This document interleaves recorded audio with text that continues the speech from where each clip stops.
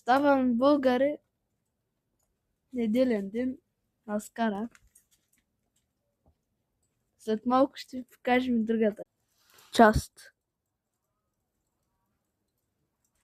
Това е кратка пауза. Кажи здравей. Здрасти. В фолиото са увити картофите и се пекат.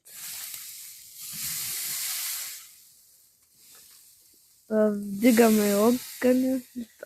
Т.е. не го вдигаме. Вече сложихме месото заедно с картофите. Ето го професионалиста. Чичо. Между другото и той се казва Павел. Ще се старая да участва и в други видеа. Сложихме едната част от кюфтетата. Всичките кюфтета.